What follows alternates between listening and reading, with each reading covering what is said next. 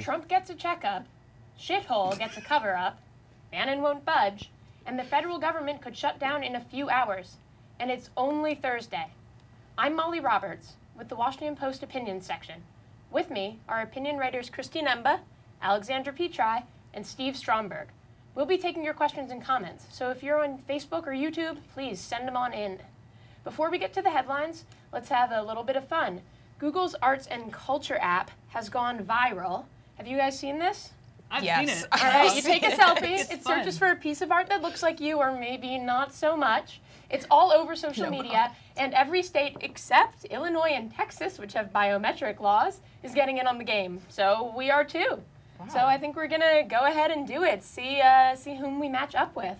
Yeah. So who's first? This is gonna be embarrassing. Oh. I am first. Oh. A portrait of a young girl. It's a Renoir. That's classy. Yeah, that's a good Yeah, one. that's Yes, nice. there are, I think, sexier Renoirs out there, but I feel like a young girl very often, so I'll take it. This seems about right. I've gotten that. I've gotten Grandma's Favorite, which is not true. My little brother is definitely. And I think I've gotten Two Children as well, so there's a theme. Two children. Oh, Girl at Her Toilet, which is Girl at Her Toilet. not the kind of toilet. It's a nice toilet. Yes, it's the okay kind of toilet. It's the pretty kind of toilet.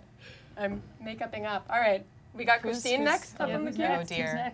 Mine are uniformly weird. Oh no! Still a tiny child. So we bad. had to see two Oh children. no, but this There's one only is one. And Yeah, where's the courtesy child? of Martin.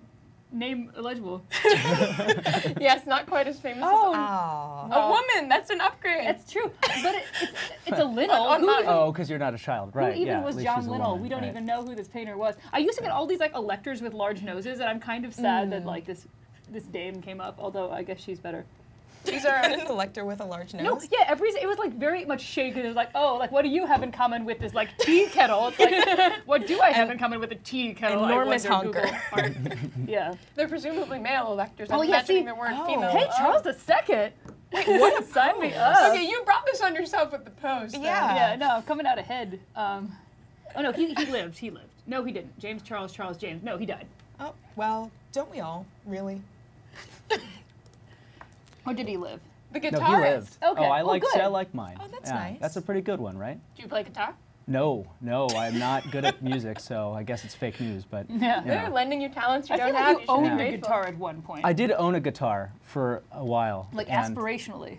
Yeah, that's I about do right. that currently. I can play Wonderwall, and that's it. Literally it. Yeah, it's worse that's- than not having a guitar and not being able to play anything. Huh. Here's I don't know. Wonderwall. Yeah, your neighbors are like, oh. And we have one more. That's Okay. a good I one, yeah. am a white woman. But she's pretty, right? That's nice. Yes, no, she's very elegant, very as are elegant you. is the Great. word, yeah. So yes, all right. I guess that's what Google Arts and Culture has for us. Maybe they had more flattering ones for all of our viewers out there. Now, I guess we will move on to something a little more serious. The president's doctor told reporters this week that President Trump is in excellent health. Such stupendous, superb health that Dr. Ronnie Jackson said excellent 8 times. Incredible heart, very sharp mental acuity. Let's hear from the good doctor now. In summary, the president's overall health is excellent. His cardiac performance during his physical exam was very good. He continues to enjoy the significant long-term cardiac and overall health benefits that come from a lifetime of abstinence from tobacco and alcohol. We discussed diet, exercise, and weight loss. He has a history of elevated cholesterol and is currently on a low dose of Crestor. And apparently, if he had had a healthier diet, he could live to be 200 years old, the doctor says. Yes, isn't that an exciting That's like prospect? biblical. Wow. So I guess the first question here is, do we believe him? I mean, he said he had a good heart, and I feel like if there's one thing we know about Trump from his policies, is that man has a bad heart. So this doctor, he was an Obama doctor. I think he started in 2013. He's been there a 2013, while. yeah. He's not, some gastroenterologist who came out of nowhere to say that the president is the healthiest individual who's ever lived. That was Trump's previous doctor. Yes, exactly. That was literally this Trump's is better, previous doctor, and yeah. in some ways, this is good, right? He's finally being transparent about something. But what does it say that we're skeptical of a White House physician who's, a Navy Rear Admiral and does have an MD? I mean, front go admirals ahead. are more impressive. Go ahead, Christine. I'm not entirely sure that we're skeptical of the doctor so much as that we are not really sure why this is relevant. Like, the question that's coming up, what is Trump fit to be president, is not really like, oh, how is Trump's heart doing? Is he gouty these days? But I think a lot of people are honestly asking this question because they're like, is there any possible way that we can get him out of office? Maybe he's too sick. Maybe he's mentally insane. I think this is turning into a song from West Side Story. Yeah. I don't even think she's insane. Yes, yeah, I'm with you. Officer Krupke. Yeah. Yeah, but I really don't think that Oh yeah. maybe No he one has wants a a fellow with a social social disease. disease. Gee. I'm just happy we're having this debate. I mean, honestly, I think that presidential transparency on health is important. We had presidents in the past, like Woodrow Wilson, for example, who covered up pretty massive health problems, others who died in office, and now it's become sort of an expectation that the president, presents his bill of health, whether clean or not, to the public every year, or at least regularly. And like we can have a debate about what's excellent health. President Trump is sort of in the same health as a lot of 71-year-old Americans, and for better and for worse. But and you had this sort of back and forth between Sanjay Gupta and Ronnie Jackson. Sanjay basically saying, well, he's got heart disease, and Ronnie pushing back a little bit on that. Dr. Jackson pushing back on that.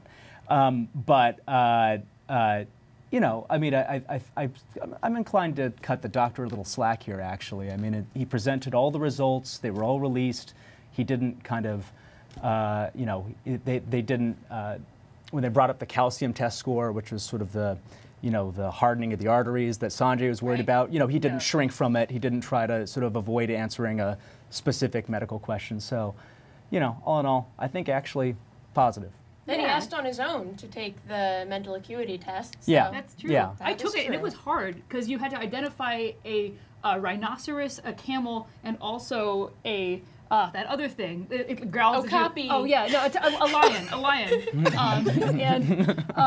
So yeah, I'm already getting a 29 out of 30. So it just shows you how difficult it is. At the same time, though, I love how excited he was by this result, which is it's like me getting a going in and they're like, you don't have the flu. And I'm like, that's great. I will never die. Which I feel like the jump between him being like, you do not have any of the warning signs of dementia to I have the best brain is like, no, well, you have a brain that doesn't literally have any of the warning signs of dementia, but not, if he wants to start sharing information with us, though, as Steve was saying, I'm all for it. So, get us some tax returns. Get us his SATs. Yeah. After his wonderful triumph on this first test, I'm sure the verbal portion will be just a cinch for him. Yeah, it shouldn't be a surprise that he's being transparent on this sort of thing. Tax returns, it's another basic transparency, standard that he's violating. And there are others, right? Yeah, White House visitors logs too. Yeah. I think the timing is interesting too, because the president, I suppose, volunteered to take this test. He volunteered to do the mental acuity test after being badgered basically around the world to release anything about his health and to prove that he was just basically fit to be in office. Yeah. The fact that we have to sort of drag this out of the president and then, as you said, he gets one good result. You're not actively on the brink of death. It's like, well, I'm the best person in the world, gonna live forever, don't ask me any more questions ever again. It's not actually as reassuring as I think they'd like to make it seem. So you've got some plaques. We're talking about norm breaking. I think we had a pretty big norm broken last week in another unbelievable chapter in Washington. This week, members of the Senate Judiciary Committee used a hearing to rip into Trump's shithole scandal. The president caused a global uproar last week when he reportedly used the slur to denigrate African nations, Haiti, and El Salvador. Trump denies saying the word, and allies in the room have suggested the president either said shit house, because that's much better, or just used vulgar language in general. Democratic Senator Dick Durbin and Homeland Security Chief Kirstjen Nielsen were both in the Oval Office at the time. Durbin has denounced Trump's racist language. Here he is, grilling Nielsen. I did not hear that word used, no, sir. How did he characterize those countries in Africa? I don't specifically remember a categorization of countries in Africa. Apologies, I don't remember a specific word. What I was struck with, frankly, as I'm sure you were as well, was just the general profanity that was used in the room by almost everyone. Did you hear me use profanity? No, sir, neither did I. So, we're holding hearings on shitholes, means a lot of other stuff probably isn't getting done, but maybe more concerningly, what does it mean that public servants, this one under oath, seem to be covering up for the president? I was reading about truth decay this morning in the Daily 202. I mean, it seems to be far beyond the shithole thing. Nobody believes anybody on anything anymore. Well, I sort of like the Rashomon, or Rashomon. I never know how to pronounce that until I'm saying it out loud on camera. But, you know, but you have this multiple perspectives. So from one sense, he said this word, and it was confirmed that he said this word. And then from another perspective, everyone said only the most elevated language, except he said even better things. And just the different views on what happened are getting nicer and nicer, just like everything Trump tends to do, not just like truth decay, but sort of fact inflation, where like he was more respectful than anyone had ever been. He's the least racist person his son has ever met, which is very exciting. So just the idea that like, oh, now it's magically becoming a series of beautiful interactions. There was obviously a huge pause after you talked us through this, because even now hearing the fact that the president used that word is just baffling and absurd. And I think even the conversation around it is baffling and absurd. Like, oh, well, he said S-hole. No, he said S-house. So, like, it's a hole, but it has a roof. And, like, that's better. And, like, that's what we're going to talk about in Congress. Like, there's not anything else going on in the world.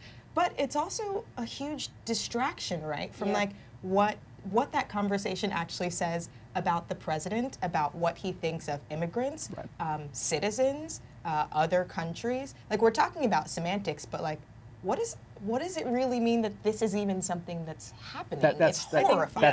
That's absolutely right. I mean, we're spending all this time talking about, you know, the word, and the point is not the word. The point is what was behind the word. Yeah. You know, what does it say about the way he views, you know, people who come from Norway and people who come from other countries? And, you know, even in like a merit-based immigration system like the one he supposedly wants, you know, it wouldn't matter if you were from Norway or from some other country necessarily. What would matter would be, you know, maybe your skills or English skills or something like that. That's what he supposedly wants. But actually, you know, when you talk about his characterization, it sounds like he wants something rather more disturbing than that. What is the skill in being Scandinavian? Exactly. I would not know, actually. My parents are You're easy to assemble. From one of the countries that, you know, Trump derided. So that actually hit kind of particularly home for me. Yeah. But it also says something, too, about how productive that conversation was, or rather was not, because, you know, think about the faith that Trump is bringing to this conversation, like his actual ability to negotiate, if like this is the negotiating technique, really. Like, I don't even understand this, but these people are terrible anyways. You had a point? Can you tell me more or not? Like, clearly that discussion was going nowhere fast. I think the other thing we got out of this whole shithole debacle, or, you know, Lindsey Graham said today, shitstorm, is that we're talking about, okay, so is this the final straw? Are we now allowed to say the president is a white supremacist, or could we not say that before? Should news publications be saying the president is racist, or should they be saying, oh, well, some people are saying the president is racist? I think that's been another interesting strain. I think so too, and I think this also goes back to like his locker room comments and now his strong language. I love these like little euphemistic ways we have of referring to the kind of remarks that he makes, but the actual text of the words that he said may not have always been there, but the content has been there from day one. Yeah. I mean, everyone's shocked that he would use such a word, but the very first thing he said on the escalator practically was, you know, they're not sending their best. Like, he begins his campaign by calling Mexican immigrants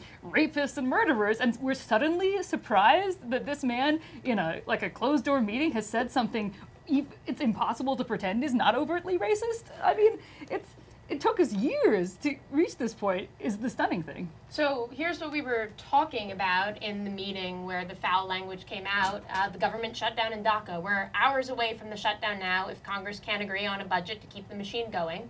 Divisions over immigration and military dollars are at the crux of the dispute. Democrats want a deal that will protect young undocumented immigrants, known as dreamers, and Republicans are pushing to scale back immigration and boost defense spending. So, Is there going to be a shutdown? Let's take bets. I want a yes or a no from everyone. Come down firm. We'll start with you, Steve. No. No shutdowns. No, the last minute they'll put together a short-term extension, and just enough people will vote for it. All right. I'm going to say also no, but I want to bet on when specifically on Friday night they come to this resolution. Yeah, I'm betting yeah. 11:56. Yeah. Oh, interesting. I can't even give it a yes or no. I'm 50-50, I think. I would like to think that they could come to a resolution even at the last minute, but honestly, it seems so disorganized. Nobody seems to know what they want or what they're doing. Yeah. It may not even be possible to bring anything to the table at this point. Yeah, well, and by people don't seem to know what they want or what they're doing, I think you mean the president. That is what I mean. I just, right before this on Twitter, Collins was apparently quoted as saying, the president's role has been extraordinarily confusing. I'll leave it at that. Well, let's not leave it at that. I mean, you know, he's been throwing monkey wrenches like in basically at every turn in this process, right? You know, first he says I'll sign any DACA deal, and then decides that the DACA deal that Lindsey Graham and Dick Durbin put together was not okay, and then so he blows that up, and then now he's sort of seemed to sabotage the effort they had this morning to have this temporary, extension, and you have the Speaker of the House getting up there saying, no, it's he really actually he really supports what we're doing. You should definitely still vote for it. Don't worry about what the president's tweeting. It's absurd. And you have his chief of staff saying something different, and then the chief of staff, right? Yeah, he's like, exactly. no, Trump's furious at John Kelly. And don't whisper me. I'm not a horse. I'm a stable genius. Yeah, right. Yeah, exactly. There's a wall. There's no wall. The wall is the wall. The wall is the wall. What does that even it's mean? like a Pink It's just Floyd like, album. I mean, you can't really argue with that, is right? The wall. Yeah. Well, I guess what we should be thinking about is what's at stake. We've got, first of all, what's at stake for the Dreamers. Republicans say they're going to be okay because there's time. There's a question, is that true? I'm curious what you guys think about that. There's that's not time. Unanimous. No time. So they say we've got till March, but in we between don't now have and till March, March, there's a lot going on, right? These kids are in school and they get help with their tuition, right? And how are they going to pay for what they have to make up? They can't just turn on a dime. I mean, you're talking about, right? Like you said, I mean, in-state tuition to to college and just jobs, also mortgages, mortgages, all these other things. These are people's lives, right? And they could be completely, totally upended. And there's this question of, well, would the Trump administration actually deport any of the Dreamers, if DACA went away? And I think you sort of got the answer. Earlier this week when they deported that 39-year-old landscaper in Detroit, who was slightly too old to qualify for DACA, so he didn't have that protection. That might be going away for other people in his situation. He was brought to the country when he was 9. Right. So he was, one of these Dreamers. He's part of the country. He's basically an American, and they shipped him out. They deported him. Sorry, I mean, I think that's one of the interesting things about this discussion. By interesting, I just mean sad, is that the Republicans, and also to some extent the Democrats, are really using these human lives as bargaining chips. It's like, oh, well, we'll trade you X number of DACA Dreamers for X number of chip recipients. So, okay, we're going to pit children's insurance against students who want to live with their parents and not go back to a country that they've never visited. And then, it's clear that they're not actually thinking about people's real lives because, as you said, Steve, oh, well, they have until March 5th. Yes, definitely it's only going to take a month and a half to set up an entirely new life in a different country with no warning. Or yes, if you're a child who's about to lose, their health insurance, you're definitely going to be able to set up an expensive system of care with the money that you presumably don't have if you're on chip in this short period of time. Like, we're talking about people's lives, not just sort of abstract figures before an abstract shutdown. Right. And that seems to be missing from the conversation. And another element of the logistics, just to be clear, is, it's not just that people would have to sort of frantically figure out what to do if it expired. It's also that, they need time to actually re-up some of the assistance they're getting, right? So so even if DACA in March at the very last minute gets renewed, people's lives would still be upended. It's not just they have to plan to go somewhere else or do something else. It's that the things from which they're currently benefiting might have gone away already. So So should Democrats compromise on this, or should they say, no, these people aren't bargaining chips, we're not going to accept anything, and we will shut it down? And what are the stakes of shutting the government down? If there is a shutdown, who gets hurt there? Yeah, I mean, they're doing their best to blame Democrats preemptively, and they're really going hard, they being the president and other Republicans, they're going really hard with this line that, well, the Democrats, because they care so much about DACA or whatever, are endangering the military spending, that sort of thing, and they've really been hitting that hard. I think it's actually kind of an open question who would ultimately lose out politically. But I don't think you can say this enough. The government has never shut down when one party has controlled the House, the Senate, and the presidency. It's never happened. And the fact that we're this close to it happening now is nuts. I mean, it's completely nuts. It has to do with, again, the president being a sort of just sort of throwing monkey wrenches into everything, and then also the fact that the Congress is still dysfunctional and can't sort of do its own business on its own. So. Right. We talk about who's winning or losing politically, and there is something to consider about a government shutdown that makes it so bad, besides just the scary words, the government is shutting down, and they keep the essential employees around, the ones they deem essential. But we have the non-essential employees too. I think in the past with shutdowns, they've been paid after the fact, but it's not necessarily the case that this would happen this time around. So, there are real people on both sides of this who have to be thought about, I guess, when people are deciding whether to compromise or not. But it's... And there's this big open question about what happens with, for example, FEMA employees right after all of these disasters. It sounds like a lot of the non-essential, quote unquote, would be furloughed, but the system's already stressed, and it was not a good time in 2013 when this happened the last time. It's not costless, and there's a cost to shutting down the government, even temporarily, even if people get reimbursed. Makes things more difficult. Shutdowns are disruptive. They're disruptive. Seems like they're going to keep the national parks open, probably, though. So that's something. Yeah, they're just getting rid of the parks. Right, exactly. The few parks the ones that we have remain left. Open. Yeah. Yeah. We know where the their national priorities park will remain open. Well, it also poses the question of, does Trump actually want to shut down? Because months ago he sort of said he indicated, he tweeted, I think, that he did. I'm pretty sure he tweeted. And now, one way you could interpret all of these sort of seemingly counterproductive, last-minute, undermining of the congressional process is, oh, he actually wants it all to shut down. But then, it looks like if he would wanted that, why would he keep the national parks open, to soften the blow? Maybe, Yeah. We're still thinking he's playing chess here instead of just changing his mind willy-nilly. No, he probably is just emergency changing his services, mind. but we definitely need to go to the park. I think, right? Yeah. So we have a comment from a viewer on Facebook. This is Sue Baggett-Zelenka, who says, "I find the state of our country very disturbing, and I'm very worried as to how things will get turned around. Do not care about his health or his relationships. Do care that we focus and put a stop to the erosion of our country and its freedoms. Another black spot in our history," which is not the cheeriest comment. And it's only Thursday. And we have additional not so cheery news. We have finally former Trump advisor Stephen K. Bannon testified in a closed-door hearing with the House Intelligence Committee on Tuesday. It's all part of the Russia investigation. But he didn't actually do much testifying. Democratic Congressman Adam Schiff described Bannon's use of executive privilege as breathtaking and unprecedented in the investigation.